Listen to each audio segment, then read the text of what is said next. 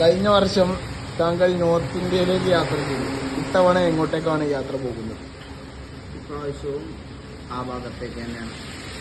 കഴിഞ്ഞ വർഷം പോയപ്പോൾ നമ്മുടെ രാജ്യത്തിൻ്റെ ഒരുപാട് അവസ്ഥകൾ കാണാനും പഠിക്കാനും മനസ്സിലാക്കാനും നമുക്ക് കഴിഞ്ഞു.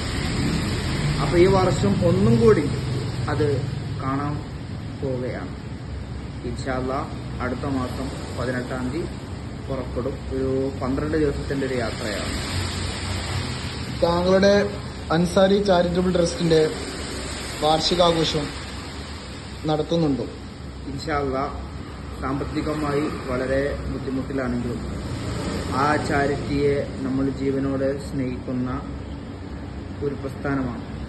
അതിൻ്റെ വാർഷികം സന്തോഷകരമായിട്ട് നടത്തണം.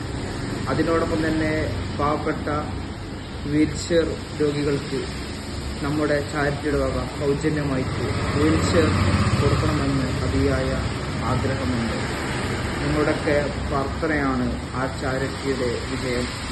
നിങ്ങളുടെ വിലയേറിയ പ്രാർത്ഥന ഉണ്ടാകുമെന്ന് ഞാൻ വിശ്വസിക്കുന്നു.